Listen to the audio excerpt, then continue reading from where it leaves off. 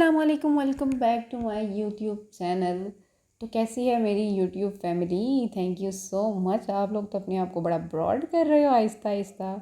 कोई नहीं भी, इसी तरह से मुझे खुश करते जाएं। बहुत बहुत शुक्रिया आप लोगों का। समझ तो रहे होंगे आप लोग मैं किस चीज़ पे बात कर रही हूँ। खैर, चलते हैं जी आज के व्लॉग की तरफ। तो आज जी, जैसा कि आपको मेरे थंबनेल से पता चल गया होगा कि ये मेरा दावत स्पेशल व्लॉग है। और जैसे कि आप अगर मुझे रेगुलरली फॉलो कर रहे हैं तो आपको पता होगा कि मेरी अम्मी आई हैं उम्रा से, तो इसी सिलसिले में जी उनके लिए मैंने घर में दावत रखी हुई थी। और मेरी सिस्टर भी इधर ही थी और मेरी खाला भी आई हुई थी, तो उनको भी जी मैंने इनवाइट कर लिया साथ ही। और ऑलमोस्ट ये हमारा मेरे नए घर में पहला गेट टुगेदर है, क्योंकि जब से हम लोग यहाँ पे शिफ्ट हुए हैं इस तरीके से हमारी कोई गैदरिंग नहीं हुई अभी तक। तो जी बड़ी मुश्किल से मैंने मैनेज कर लिया था। वैसे जो मेरा 2 घंटे का काम था वो मेरे पैर की वजह से मैंने 6 घंटे में ख़त्म किया था। तो मैंने बनाई थी जी बीफ कढ़ाई। और बीफ कढ़ाई जो है ना, ये इसने बहुत ज़्यादा टाइम लिया था, क्योंकि जो बीफ लेके आए थे अबू बकर, ये जो है वो इतनी इतनी मुश्किल से ये सॉफ्ट हुआ था। तो उसके बाद जी मैंने साथ में बनाया था चिकन स्टीम। और ये जो रेसिपी है इसका जो मैं क्रेडिट है वो अपनी नंद को दूंगी, आयशा आपी को, क्योंकि उनके हाथ से मैं बड़ी दफ़ा खा चुकी हूँ। तो मैंने कहा जी आज कुछ मैं नया वेरिएबल ट्राई करती हूँ। और उसके बाद जी मैंने साथ में बना लिया था पुलाव।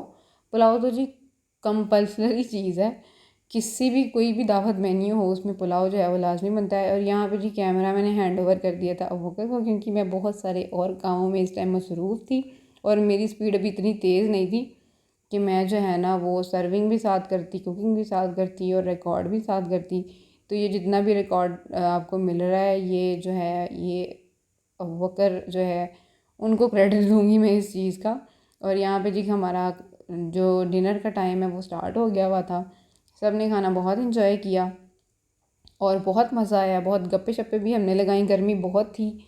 और हमारे घर में जो है ना इस टाइम पे कीड़े भी बहुत ज़्यादा आ जाते हैं, इसलिए हमें जो है ना वो लाइटें बंद करके जो है वो फिर सर्विंग करनी पड़ती है। तो इस टाइम जो है ना हम लोगों ने सिर्फ एक लाइट जो है वो ऑन की हुई थी।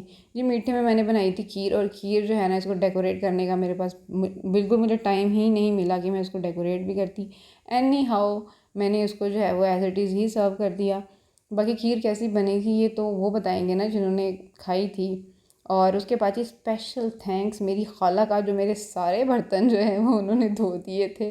सही बात है, जो बंदा मेरे बर्तन धो देता है ना मुझे वो बहुत अच्छा लगता है, वो बहुत खूबसूरत लगते हैं मुझे। तो बहुत बहुत शुक्रिया उनका भी मेरे लिए। मेरी यही सबसे बड़ी खुशी है कि भाई बर्तन आज मुझे खुद नहीं धोने पड़े।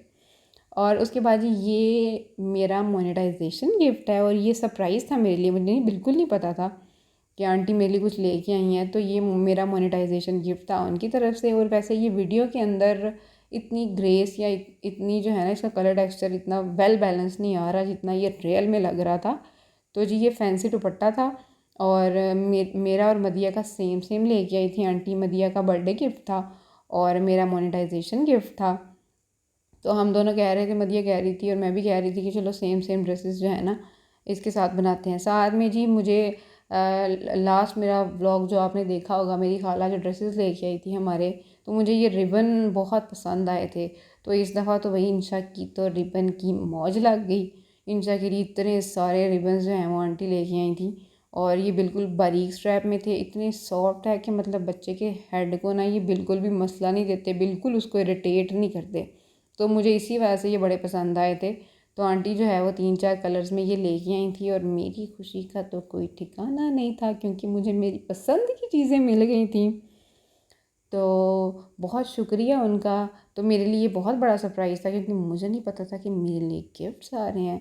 बाकी भाई देख लें मुझे कितना प्यार मिलता है हर तरफ से। तो आपकी तरफ से भी बहुत ज़्यादा मिल रहा है, तो मैं तो बहुत ओवरवेल्म्ड हूँ, आजकल भी बहुत ओवरवेल्म्ड हूँ। तो आज के लिए इतना ही, मिलते हैं अगले ब्लॉग में, तब तक के लिए अल्लाह हाफ़िज़।